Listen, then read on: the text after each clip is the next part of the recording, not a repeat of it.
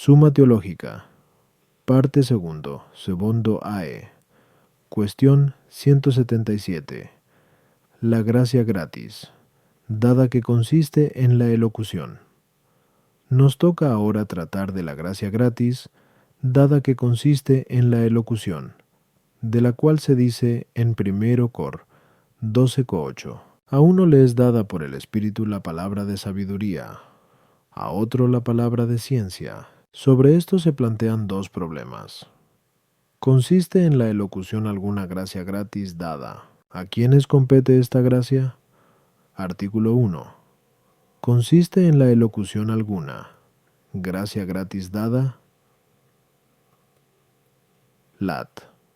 Objeciones por las que parece que ninguna gracia gratis dada consiste en la elocución. 1. La gracia se concede para realizar algo que está por encima de la naturaleza, pero la razón natural inventó el arte de la retórica, con la cual puede uno hablar de modo que enseñe, deleite y mueva, como dice San Agustín en Cuarto de Doct, Christ. Esto pertenece a la gracia de la elocución, la cual, por tanto, no parece ser ninguna gracia gratis dada. 2. Toda gracia pertenece al reino de Dios, pero el apóstol dice en 1 Cor 4:20 que no está en palabras el reino de Dios, sino en realidades. Luego ninguna gracia gratis dada consiste en el discurso tra. Ninguna gracia se concede por méritos, ya que, si por obras, ya no es gracia, como se dice en Rom 11:6, pero el discurso se concede por los méritos, ya que San Gregorio, al exponer el Salmo 118:43, no apartes de mi boca las palabras de verdad, escribe: el Dios omnipotente concede la palabra de verdad a los que obran y se la quita a los que no obran. Por tanto, parece que el don del discurso no es una gracia gratis dada, y además, del mismo modo que es necesario que el hombre, mediante el discurso, pronuncie lo que toca al don de sabiduría o de ciencia, también ha de pronunciar lo referente a la virtud de la fe. Luego, si consideramos la palabra de ciencia y la palabra de sabiduría como gracias gratis dadas, debemos también considerar como gracia gratis dada, por el mismo motivo, la palabra de la fe. Contra esto está lo que se dice en Eclo 6,5. La lengua graciosa abundará en el hombre bueno. Respondo: las gracias gratis dadas se conceden para utilidad de los demás, como dijimos antes.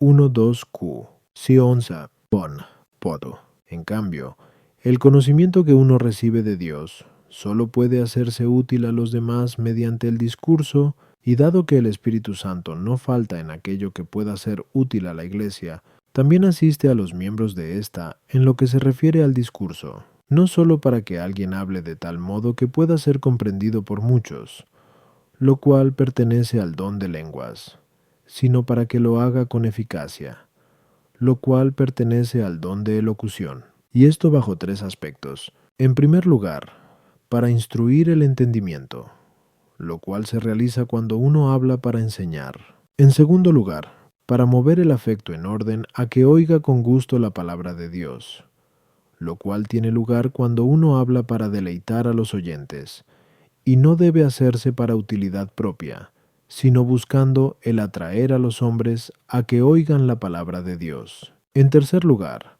buscando el que se amen las cosas significadas en las palabras y se cumplan, lo cual tiene lugar cuando uno habla para emocionar a los oyentes.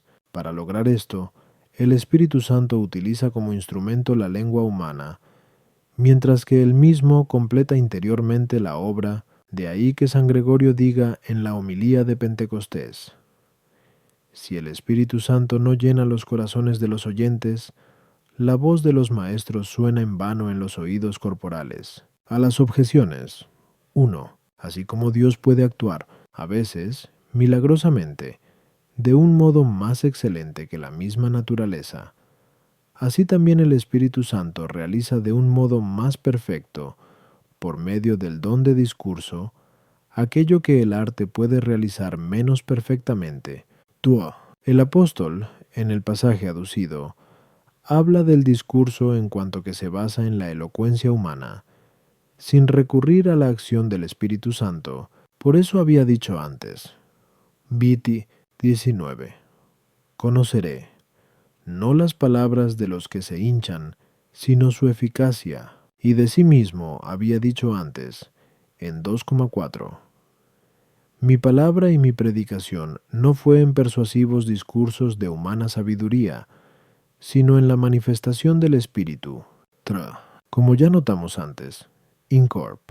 La gracia del discurso se concede a uno para la utilidad de los otros, por eso a veces es sustraída por culpa del oyente, y otras veces por culpa del mismo que habla, pero las buenas obras de unos y otros no merecen directamente esta gracia, sino que únicamente apartan los impedimentos de la misma, porque incluso la gracia santificante se quita por la culpa, y sin embargo no se merece por las buenas obras, las cuales, no obstante, apartan aquello que puede impedir la gracia. Como ya observamos, Incorp. La gracia del discurso se ordena a los demás. Ahora bien, el que uno comunique su fe a otros se realiza mediante el discurso de la ciencia o sabiduría. Por eso dice San Agustín, en 12 de Detrín, que saber cómo la fe ayuda a los piadosos y se defiende contra los impíos, parece que es lo que el apóstol llama ciencia. Por eso no fue preciso que pusiera la palabra fe, sino que le bastó la palabra ciencia y sabiduría. Artículo 2. Pertenece también a las mujeres la gracia de la palabra de sabiduría y de ciencia. Lat. Objeciones por las que parece que la gracia de la palabra de sabiduría y de ciencia pertenece también a las mujeres. 1. Es propio de esta gracia también el enseñar, como dijimos antes. 1. Ahora bien, el enseñar compete a la mujer, puesto que en Prov 4.3.4 podemos leer, era yo unigénito delante de mi madre, que me enseñaba. Luego esta gracia es propia de las mujeres. La gracia de profecía es más excelente que la del discurso, así como es mejor la contemplación de la verdad que su anuncio. Pero a las mujeres se les concede la profecía, tal como se dice en Yud 4.4 de Débora, en 4 Re 22.14 de Holda, profetiza, mujer de Selum, y en Act 21.9 de las 4 hijas de Felipe. También dice el apóstol en 1 Cor 11.5. Toda mujer que ora o profetiza, parece pues, que con mucha mayor razón, es propio de las mujeres la gracia de la palabra. Leemos en Pinape 4.10. Cada uno administra en provecho mutuo la gracia que ha recibido. Pero algunas mujeres reciben la gracia de la ciencia y de la sabiduría, y no pueden comunicarla sino con el don de la palabra. Luego el don de la palabra es propio de la mujer. Contra esto están las palabras del apóstol en 1 Cor 14.34. Las mujeres callen en la iglesia, y en 1 Tim 2.12. No permito que la mujer enseñe, pero esto es parte esencial del don de la palabra. Por consiguiente, este no compete a las mujeres. Respondo.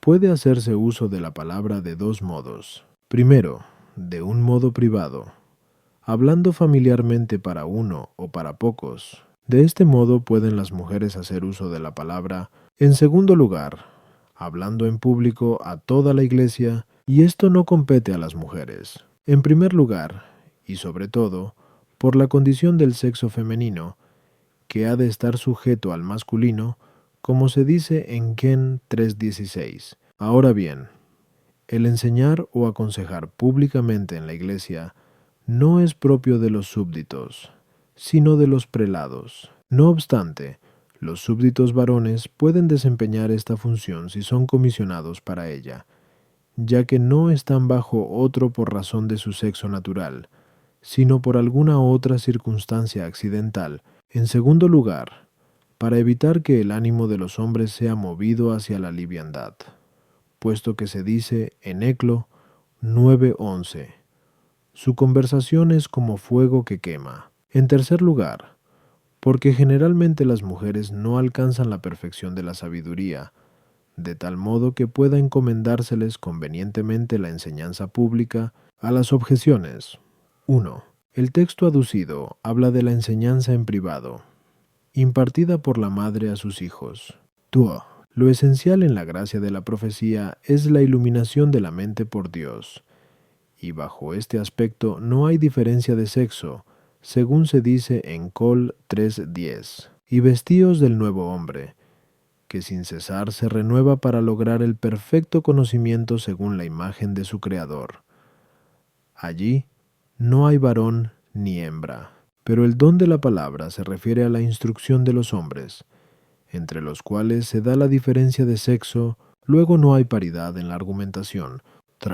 Algunos administran de diversas maneras las gracias recibidas de Dios, conforme a la distinta condición de ellos mismos. Por eso las mujeres, si poseen el don de sabiduría o de ciencia, pueden administrarlo para ejercer una instrucción privada, no pública.